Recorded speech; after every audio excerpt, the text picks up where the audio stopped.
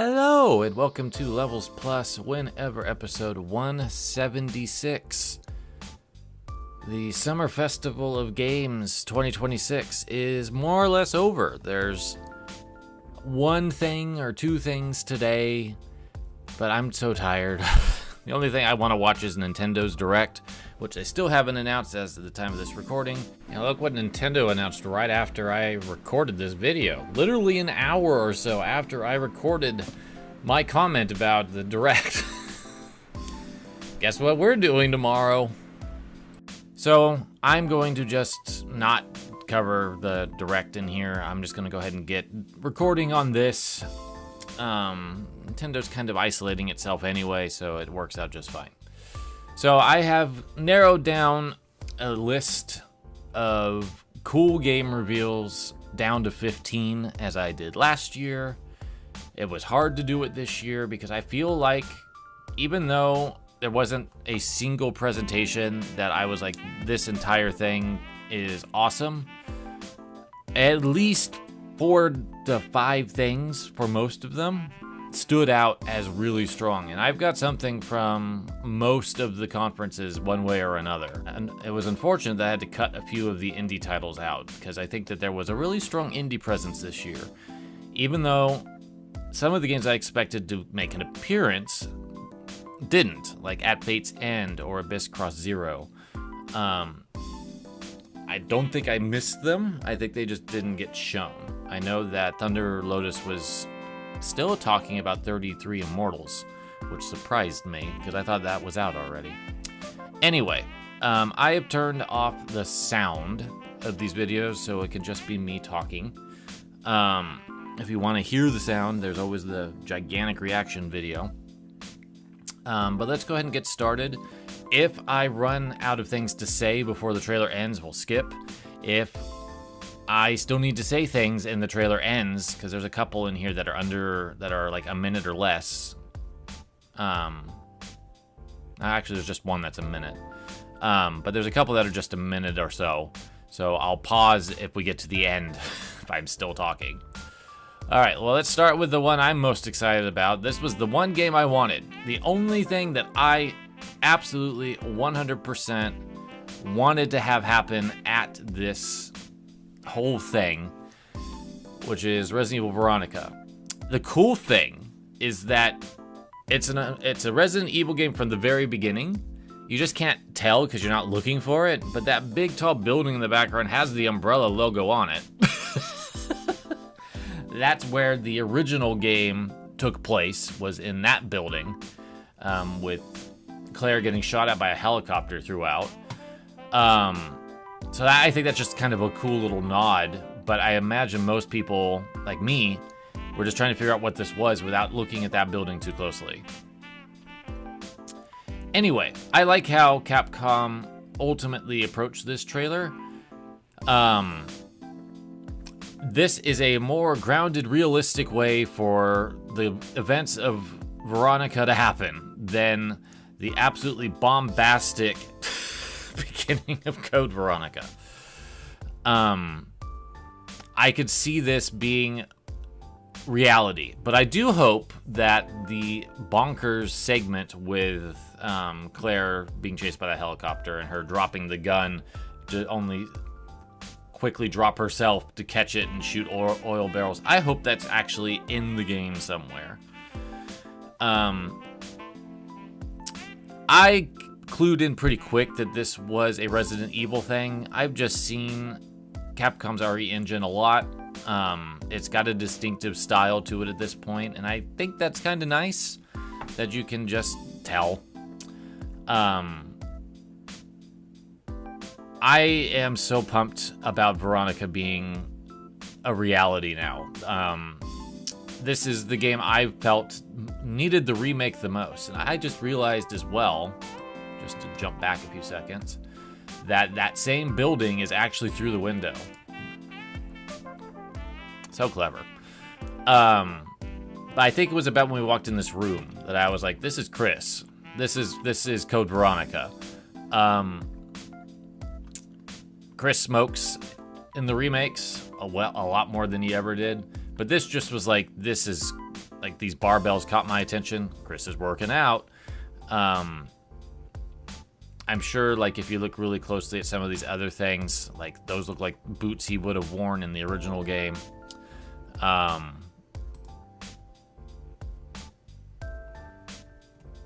bunch of just files and stuff. It just screamed, this is Chris Redfield. We're looking out of the perspective of Claire Redfield.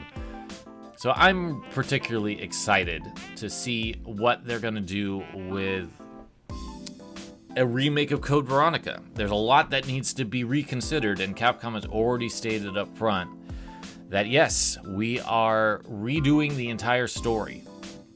If this intro wasn't an indicator of how they're doing that, then I don't know what else to say. I am super, super stoked about this. Like, I cannot even begin to put words to it, and it's taking... Like, where we go from here, I just want to see what Capcom decides to do. I'm really excited to see what they decide to do here. Okay. God of War Le Fay. Never in a million years would I have expected a God of War game to be the second most anticipated game to come out of festival like this. And yet here we are with a woman-led God of War game where the combat looks fan-freaking-tastic. Faye doesn't take shit from anyone. She's incredibly defiant. But it's a wonderful mishmash of mythologies. And it quickly establishes that this is a God of War game that's doing its own thing. It's beautiful to look at. The hair physics on Faye are amazing. Like, this is probably some of the best hair in a video game ever. She's so fluid. Her animations are great. The way she fights is really awesome. I am genuinely excited for a God of War game, and I haven't been remotely invested in this series since the second game back on the PS2. But there's just a lot of really cool things, like the water going up here. Really cool touches through this entire trailer. I am stoked. I'm really stoked about this. I can't wait to see a release date for it.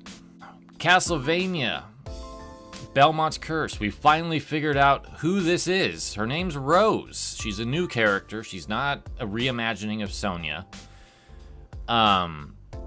We get to see more of this game in action, more of the bosses. It looks even better than the debut trailer. It's coming out in October. Rose has some cool powers. There's a part where she's doing some platforming. She jumps into a mirror, which is just like a really cool ability. We also get some really interesting reveals in this. Like Isaac from Curse of Darkness is in here as a boss, which I think is a really cool throwback. There's the mirror. Just really, really cool looking game. I can't wait. This is going to probably be the thing that competes with Resident Evil Requiem for my game of the year that I am aware of anyway. And there's, of course, Fire Emblem. So it's going to be a pretty tight race between one of my favorite franchises of all time with another one of my favorite franchises of all time with another one of my favorite franchises of all time. But the new art by Terada-san is gorgeous, too. Like, not the direction I would have expected them to go with the art style, but it's perfect. His style has not lost its impact over the years, and it's just a perfect fit for Belmont's Curse. I cannot wait to learn more about Rose and to get a chance to play as her. So excited. Let's go October 15th. All right, Threads of Time. This came out of nowhere. I didn't know anything about this game until I saw it at Day of the Devs, and I didn't even watch that one. I watched it on Keita Nash's channel and was immediately enraptured by how gorgeous this game is. And no offense to these guys, but they're not the most exciting thing to watch with no sound on. This game looks incredible, absolutely stunning, and their biggest inspiration is obviously Chrono Trigger. And while we wait for Square Enix to realize that people want to play Chrono Trigger on things outside of Steam and mobile, we have this really stunning looking game that clearly has a budget. And they talked about some of the legends they're working with both on the programming side and on the music side. And I can't wait to learn a little bit more about who they've collaborated with. But this is so inspired by Chrono Trigger. But it stands out as its own distinctive thing. But it's got team-up attacks. It's got a 3-party system. You're traveling through time.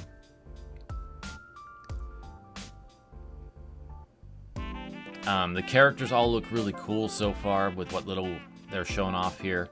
I am really pumped. Super duper pumped. In fact, they just showed a character that the website doesn't even have yet. This character right here. They were shadowed out when I was checking out their webpage. So I think Threads of Time is looking really promising. I'm super excited about it. Another indie game that stood out to me was Koshmar the Last Reverie. This popped up in a few different directs. And it deserved to, because this looks amazing. Absolutely stunning looking game. I feel like this is like going directly after me with a super, super stylized look. But it's like hitting so many of the notes that I want to see in a game. Just like doing interesting stuff with the gameplay. The combat looks really fluid and fun. It looks like you have a few different weapons you can use, as well as magic. You can grab stuff in the environment. An alternate form. Super cool looking game. This art's also really nice. I'm pretty hopeful about it. And I checked their Steam page and there's no AI warning, so I'm feeling a little bit more confident. It's sad that I have to do that now. Literally within 30 minutes of Crazy Taxi World Tour getting announced on the Xbox show, there was an AI disclaimer on the Steam page that basically sucked all of the air out of the room for that reveal. Like, bam, gone. So, it's unfortunate. I put the 2 character reveal trailers for Street Fighter 6 and for Marvel Tokon next to each other here. I'm pretty stoked about Year 4 for Street Fighter 6. I think that Yasmin here looks great. I'm really wanting to learn more about her, and I don't have to wait too long to find out more about her because she's the first character. She's the one I'm most interested in, which is great. I will say that our second character here isn't doing a whole lot for me on a visual aesthetic front. So I'm hopeful that there's some interesting stuff in his story and moveset to make him stand out. Bosch is getting promoted to a playable character. Apparently in World Tour mode, Ingrid's path has you help resurrect him as part of the stuff you do for her master arc. It's a little bit interesting that they ended the World Tour stuff when they're bringing him back. But I think he deserved a spot on the roster. He was a pretty prominent part of World Tour, and I'd like to see how he has formed his own style. And then, of course, we'll just skip ahead. There's no suspense here. Tifa. Tifa from Final Fantasy. What's interesting is Tifa's not the last character. She's the third character. Bosch is the last character. Tifa's going to perfectly align with Final Fantasy VII Revelation, which just missed being a part of my list, mainly because I need to play the first 2 games before I get super excited about the conclusion of that arc. But here she is in Street Fighter. It's hard to say if the leak was accurate or not, because the leak was Vega, Gouken, and Hagar with Tifa, and clearly these 3 characters are not those.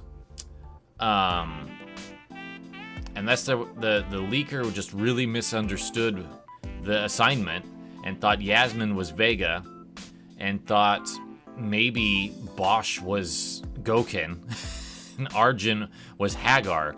But I don't think that they would do that. I think that was probably some misinformation that somehow Tifa ended up being correct. And I have a feeling that was just either a lucky guess, or Capcom put those other 3 characters out to figure out who their leaker was, and was okay with Tifa potentially being a part of it because it was so preposterous. But I'm excited about this year. I think that it's a bold choice. I said so in the reaction, that to have your year 4 be all newbies and a guest character is a really bold statement by Capcom and their confidence of these characters. And if it doesn't pan out, they've got the most desired guest character in all RPGs, I would argue, as the anchor to get people invested in it. But I think that Tifa's a perfect choice for Street Fighter. I think these 3 characters are all interesting, even if Arjun is not particularly catching my attention with just visual aesthetic. I'm hoping the moveset makes up for it. I'm excited. I think that these characters all look cool. Speaking of looking cool, we got the villain team for Marvel Tokon, and I'm just going to skip past the intro because, you know, the champion is the champion, da-da-da-da-da. We're all here to see Dr. Doom and his team. I'm so glad that Sunwon is doing Doom's voice. He's perfect. Absolutely perfect for Dr. Doom. We know all about his moveset pretty well at this point. But then we get Magneto coming in, and Magneto is hype. He's doing different things. He's actually using stuff that he picks up off the field as like his gimmick, which I think is a really cool way to make Magneto stand out from how Capcom has interpreted him. And then we get 2 brand new Spider-Man villains. Green Goblin, who looks bananas, doing all this stuff with his glider, and then can jump off it, and the glider can go away and just come in as a projectile. He's got all of his pumpkins as well. And then we have Carnage, who we kind of got a sense of being in the game from the last character reveal, but he looks good. He looks real good, and he looks different from Venom. He's got a different vibe. And for a villains team,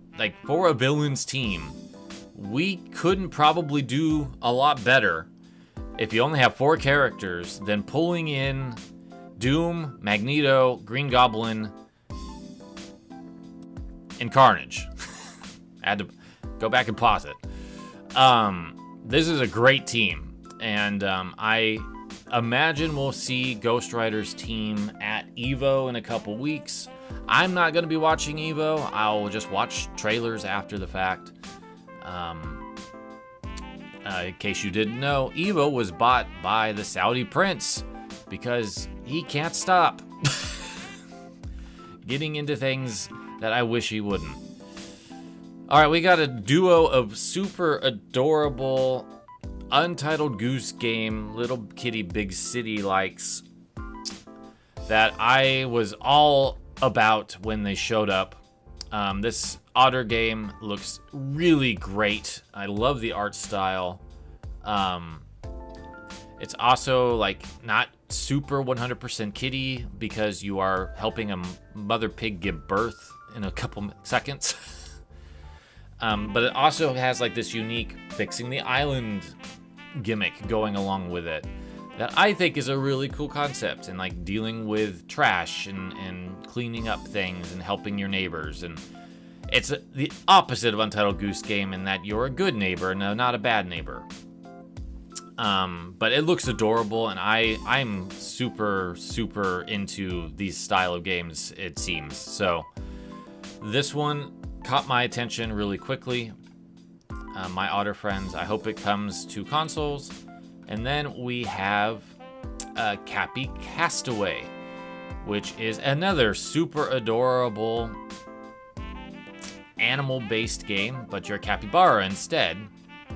But this is even more deliberately Untitled Goose Game coded based on the developer comments that are not listenable right now.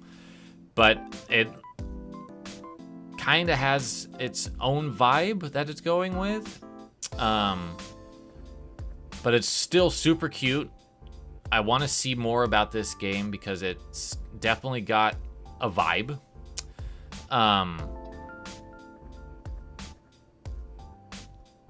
You can talk with animals here, so it's reminding me a little bit more of Little Kitty Big City. But yeah, I think this also looks really great. The unfortunate thing is that there was a third one of these. Bad Magpie, which really went all in on being like a mischievous bird. But when I was comparing it to these two, it just didn't quite match up because it felt like it was trying a little too hard to capture goose game energy, but even more mischievous. And I was just like, I'm good. I've got two games like this. Maybe Bad Magpie will end up on my wish list in the future, but for now, I'm really excited about these two. And now for something completely different. I don't like first-person shooters all that much. There's a very, very specific niche that catches my attention.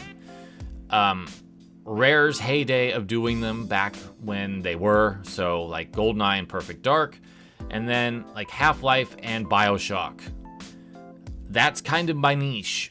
And this is a bunch of ex-BioShock devs doing their own thing, but it's all about the magician's craft as your main way of interacting with enemies. So I'm gonna skip like this really lengthy intro and just get to the more demonstrative gameplay part. So you're this magician who has gone to hell, framed by other magicians, and now you have been given a chance to get a revenge in some way, but the devil's not gonna make this easy for you. So you've made a pact. You've got wild magician powers, but can you survive long enough to use them against those who wronged you?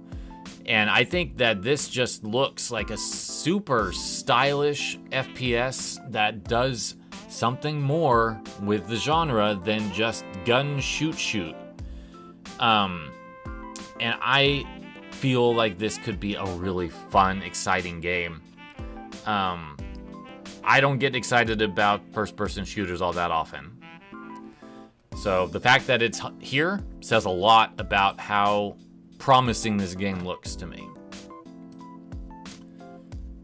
All right, Tori Beyond the Gates.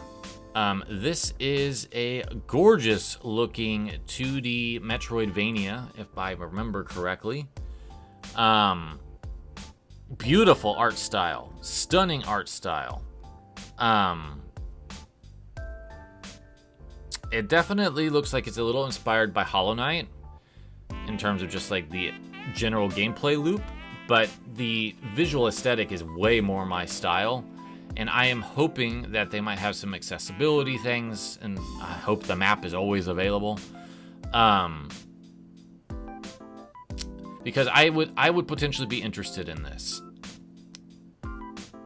I would potentially be very interested in this. But at the very least, it stood out in a very crowded field of games because of its really strong visual aesthetic. Like, look at these enemy designs; they're great. So yeah, this game caught my attention, and I hope that it's something that I will enjoy playing. Virtua Fighter Crossroads. Thank you, Sonic. Thank you, Sonic Racing Transformed, or whatever Sonic Racing Cross Worlds. I don't know why Sega is infatuated with cross things at the moment, but Virtua Fighter has a story mode with 4 new characters, even though one of them looks just like Sarah. And I'm intrigued. I'm very intrigued. They've got a really good writing cast on it, including David Hayter. It's kind of hammy, which I would kind of anticipate, giving it's a Virtua Fighter game. They've always kind of had that element to it.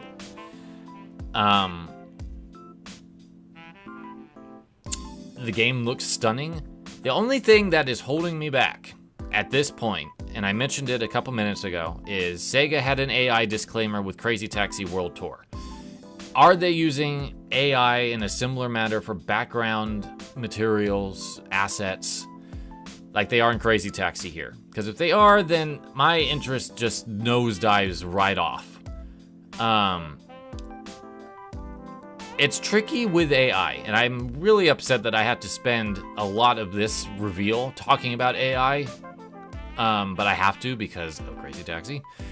I am not a fan, if that hasn't become apparent over a couple videos by now. I am not a fan. I don't want to support games that are heavily using AI for their coding and development.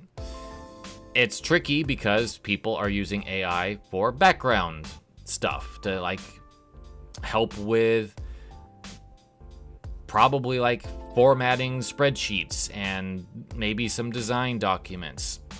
I don't want AI assets in games. I don't like it. It takes away from real, actual people doing real, actual art. I am not a fan. So when I saw that Crazy Taxi is using background assets from AI, they basically took jobs away from background artists. I'm not a fan. So I can't support games that do that with at least paying them for a new game. I would be more understanding of buying it used, but even then I'm going to probably feel a little bit icky about it. I've already walked away from a game or two because I felt it was AI in some ways. So my hope, after watching a lot on Virtua Fighter, getting to this point, I hope that RGG is not using AI in the game itself. I don't want to give support to games on my channel that are deliberately using AI beyond background support stuff. And when I say background support, I mean not physically in your game. I don't like it at all. I would really prefer to not have to deal with it, period. I'll add an AI post at the bottom of the description if you want to really see my stance on it. But I am not a fan. So my hope is that it's not in this game more than it is. And on the subject of Sega, I don't know if Atlas is using AI. I hope not, because Persona 4 Revival, which I will never call it that again, I will call it Rewind, because that's what it should have been, looks fantastic, and I will be really upset if there's AI in this game. Visually, this looks incredible. I have gone on record about Persona 4, where my stance is on the game. I think that in 2008, it was a masterpiece.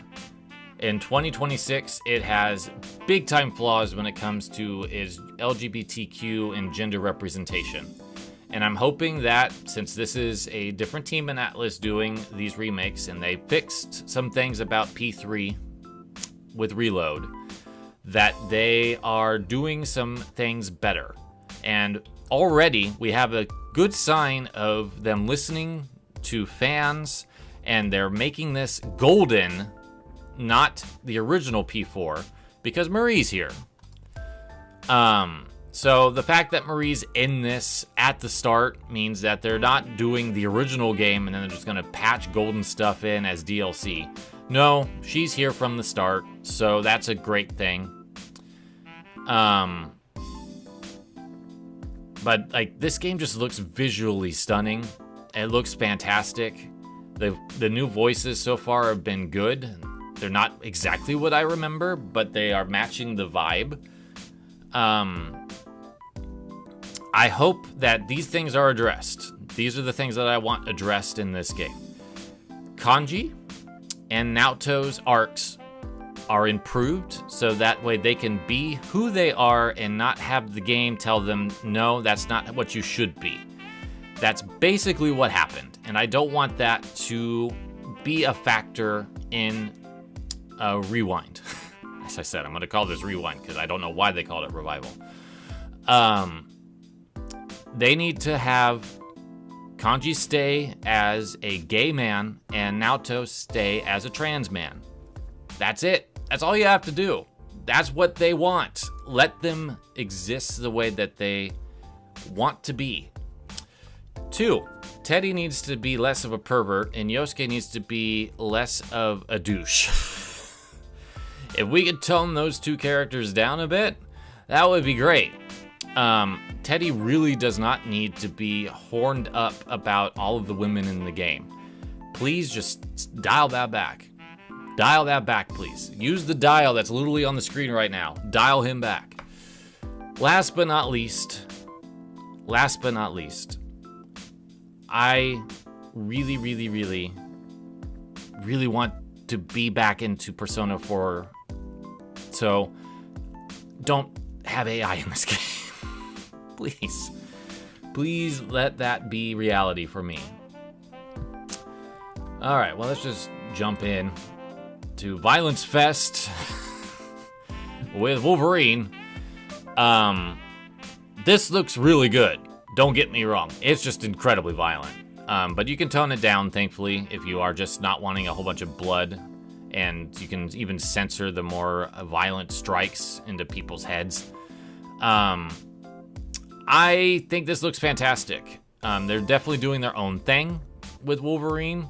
The X-Men apparently don't even exist, so Wolverine just has this costume. But it apparently does take place in the same Spider-Man universe, just Spider-Man won't be in it. He'll be referenced, but there won't actually be direct, like, Spider-Man's hanging out in this game. And there'll be a few other, like, X-Men characters. We know Sabretooth and Mystique and Omega Red are also in this game, beyond Jean here, and the cameos of various mutants that were carted off in that truck. I'm going to pause this because this is a 7-minute trailer. And I don't have too much more to say beyond it looks like it's going to be a fun time. I'm excited about it. I will likely get it. Insomniac does good stuff. I just haven't got into the Spider-Man games for whatever reason. I probably will get those at some point. But I'm excited. I think it's about high time that Wolverine gets his own game that is truly who he is. And I feel like Insomniac's on the dial. Last but not least is 1666 Amsterdam by the former director of Assassin's Creed who left after 4, Black Flag, and has been slowly toiling on this, which was the original vision that he had for his next game at Ubisoft, but decided to branch out and do his own thing. Props to him, escaping that hellhole of a developer. This game is very intriguing to me. The time period is interesting, but it also looks like it's not cutting any corners about it. I love the way the cats look, because the cats have a style to them. We don't really get to see a lot of the action in this. It's more just kind of setting up mood. But what little we see of the gameplay looks really interesting. The fact that we're dealing with witchcraft and the supernatural, I think, is also really cool, and I don't think Assassin's Creed would have allowed that at the time. Supposedly, they are working on a witchcraft-themed Assassin's Creed over at Ubisoft, but who gives a fuck? This game looks cool. I'm excited about it. At the moment, I think it's only slated for PC. but I'm hoping it'll eventually land on consoles. Cool looking game.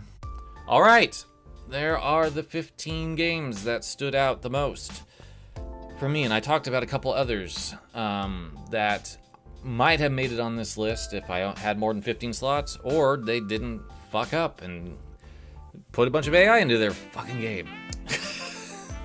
Anyway, I'm really excited. I can't wait to see more on all these games. I'm so happy Veronica got announced. I'm so excited for Resident Evil Veronica. Can't even tell you. All right. We should have a Nintendo Direct to talk about in the near future, but at least I got all this done beforehand, so I'm not tainted by Nintendo games. All right, friends. Thank you for joining me. Take care.